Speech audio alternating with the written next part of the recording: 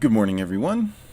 Lovely day, not too hot, sun is out, nice breeze is blowing. Perfect day to sit on a porch and drink some coffee and talk about some film.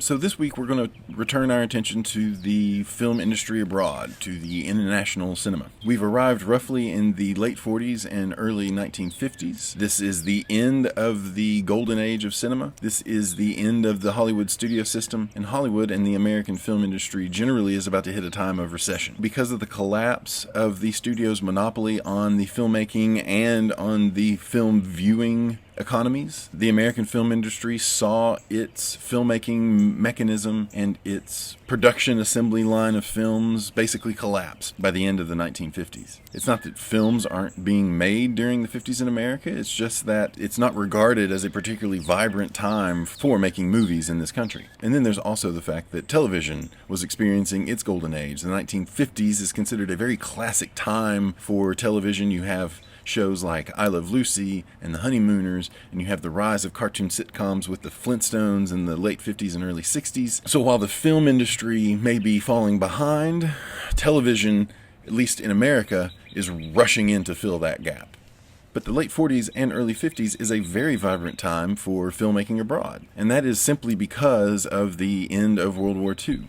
We have discussed filmmaking in Europe and in Asia before with regard to German Expressionism, which put a whole lot of emphasis on set design, costumes, camera angles to achieve a level of environmental storytelling that was new in film at the time. We have talked about French Impressionism and French Surrealism, which focused on the emotional, raw impact that the visual film medium can have. And then, of course, we've talked about the contributions to editing made by the Russians, and in particular the contribution of montage editing and the Kuleshov effect. So internationally speaking, in the 1910s and the 1920s and early 30s, filmmaking is an international movement. Every industrialized country had its own vibrant and unique filmmaking industry. World War II put a stop to that. If you think about it, it's not that hard to understand why American film saw its industry booming during the Depression and during World War II, while the international community saw their film industries grind to a halt.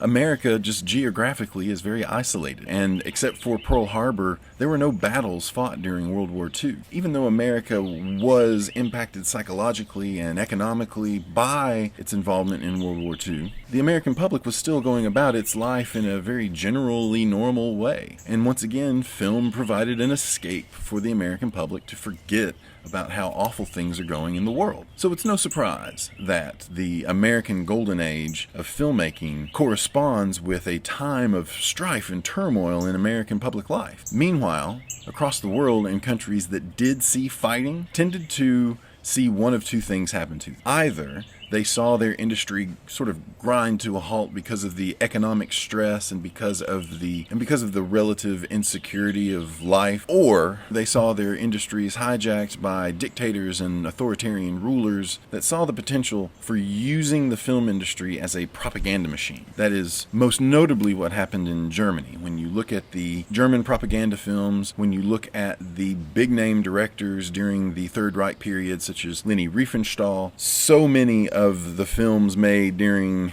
Hitler's reign in Germany were just about propping up and bolstering the image of the Nazi Party and Nazi social and military policy. You saw the same thing happen in Italy during the rise of Mussolini. Mussolini, just like Hitler, saw the potential for propaganda in film and hijacked the Italian film industry for the sake of making movies that promoted fascist dogma. The film industry in France, during the time of Nazi occupation, saw the film industry suffer not only from economic drain due to the war, but also severe censorship coming from the occupying powers of Nazi Germany. Most of the films that were made in France were low-budget pre-war dramas. However, most of the films that were shown in France were German Nazi propaganda films, because Germany had control of French theaters and so would show their propaganda films to French audiences. If you ever get a chance to watch the movie Inglourious Basterds by Quentin Tarantino, one of the main characters in the film is a French woman who owns a cinema. and is being forced to show a Nazi propaganda film, see it. It's a great movie. In Japan, same thing. Starting in the 30s, the Japanese government began slowly taking over its film industry and making it show pro-emperor, pro-empire propaganda films. During the 1930s and into the 40s, the documentary was probably the dominant genre in Japanese filmmaking at the time. So World War II essentially put the kibosh on the development of several countries' film industries. After World War II was over, most of the international community made films and focused on cinematic techniques and styles and aesthetic sensibilities that were specifically responding to the conditions they worked under during World War II. In Europe, the primary response was a return to the focus on the individual. Since authoritarian rule is all about putting the state and the party and the ruling majority up front and in focus, films that were produced in Europe went the opposite direction and once again put their focus either in the individuals making the films or in the individuals that their films were about. The French New Wave style that arose after the end of World War II in France was all about highlighting the director and the specific viewpoint of the person who was making the film. French New Wave film, like larger French culture, was very heavily influenced by Jean-Paul Sartre and his existentialist philosophy. Existentialist philosophy is essentially a philosophy that highlights the absence of inherent meaning in life, the focus on the individual for determining their own meaning in their life, and the general absurdity of the human condition where the individual is forced to find meaning on their own, yet constantly daunted in that search from all sides by social and interpersonal factors. French films tended to stress this idea of acceptance of the absurd in human existence, and so French films are produced with a tremendous sense of irony and sarcasm. In many ways, the French New Wave style is anti-film. Most films encourage you to get lost in the narrative, to get lost in the character development, to get lost in the complexity of the story that is being presented to us, while French New Wave films distract from that. Camera movements are very jerky and unsteady because most of the time the camera is being held by the director and the director is deciding on the fly when and how he wants to present something to the viewer. Editing in French New Wave film tends to be very jerky and inconsistent. Features a lot of jump cuts. In many instances, this is to intentionally confuse the viewer. Shots tend to be very long and extended, and scenes were presented and edited together in a very disjointed way that was intended to shock the audience out of its complacency and make them think a little bit more about what they were watching. The French New Wave style makes very little attempt to invite the reader to become lost into what they are seeing and invites the audience to really thoughtfully consider what they are being presented. They're not just trying to present you a good story for you to escape real life in. They want to call you out on political and philosophical points. The big heavy-hitting names in French New Wave cinema are Jean-Luc Godard, François Truffaut, and Claude Chabrol. In Italy, the collapse of fascism saw the Italian film industry return to making stories that focused on the lives of individual Italian people. Italian neorealism is defined by a gritty and highly subjective view of what life in Italy post-World War II is like, and the focus on capturing the life of your average Italian person living in the world was so great that Italian neo-realist films frequently featured unprofessional actors because of how authentic their performances ended up being. Once again, the goal of Italian neo-realist film was not necessarily to present the audience with a story that they could get lost in. Neo-realist films in Italy specifically explored the conditions and the plight of poor and working-class Italians. More often than not, the stories featured characters who were scrapping for every little bit that they had in life, often fighting for their own survival, often fighting for that survival against irresistible forces at work in society. One of the cornerstone films of the Italian neo-realist movement is The Bicycle Thieves by Vittorio De Sica, in which a young boy sees that his bicycle has been stolen by the mafia. You also have directors like Federico Fellini who focus their films more on the tragic frailty of the human condition. Post-World War II, Japan saw a period of occupation by the Western forces, specifically the United States, after World War II. Because of that, the Japanese film industry in the late 40s and 50s saw most of its most prominent filmmakers adopting Hollywood techniques in order to enhance the Japanese aesthetic. Without a doubt, the most famous filmmaker that arose during the Japanese golden age of filmmaking is Akira Kurosawa. Akira Kurosawa was heavily influenced by Hollywood, heavily influenced by Western filmmaking conventions, and he combined that with a fascination with Japanese folklore and ancient history. Many of Kurosawa's films focus on the Bushido period of Japanese history, which was a period of samurai and lords and serfs and war. Kurosawa's style was big and bold and bombastic. In other words that begin with B, I'm sure. Kurosawa's films featured lavish production values, over-the-top spectacles, and somewhat melodramatic acting that focused on the emotional state of the characters. Kurosawa also played with narrative conventions.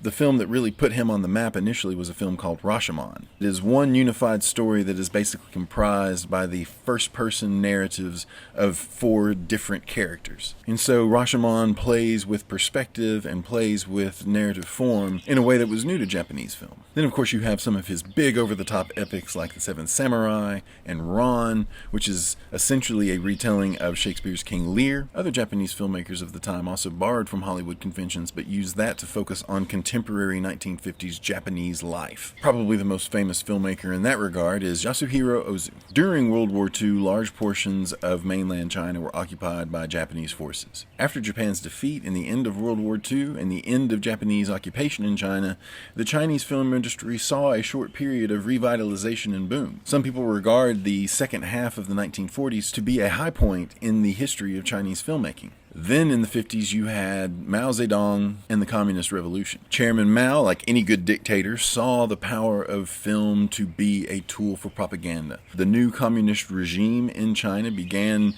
building state-owned theaters to show propaganda films. For 2 decades, just about every film made in China was a government propaganda movie. During the late 60s and early 70s, the government grip on the film industry loosened a little bit. Most films made during this period still propped up the Chinese mythos somewhat. Films made during this period focused on Chinese folktales and moments of classic Chinese literature. The Chinese government was still pumping a lot of money into the film industry at the time, though, so a lot of these films, big production values, huge sets, large casts, and a lot of editorial polish. After Mao died in the 70s, the Chinese mainland film industry turned its attention to producing films that would attract an international audience. Probably my favorite Chinese director from the mainland during the late 80s and early 90s and on into the 2000s is Zhang Yimou. He's famous for films like Hero, House of Flying Daggers, The Curse of the Golden Flower, and Raise the Red Lantern.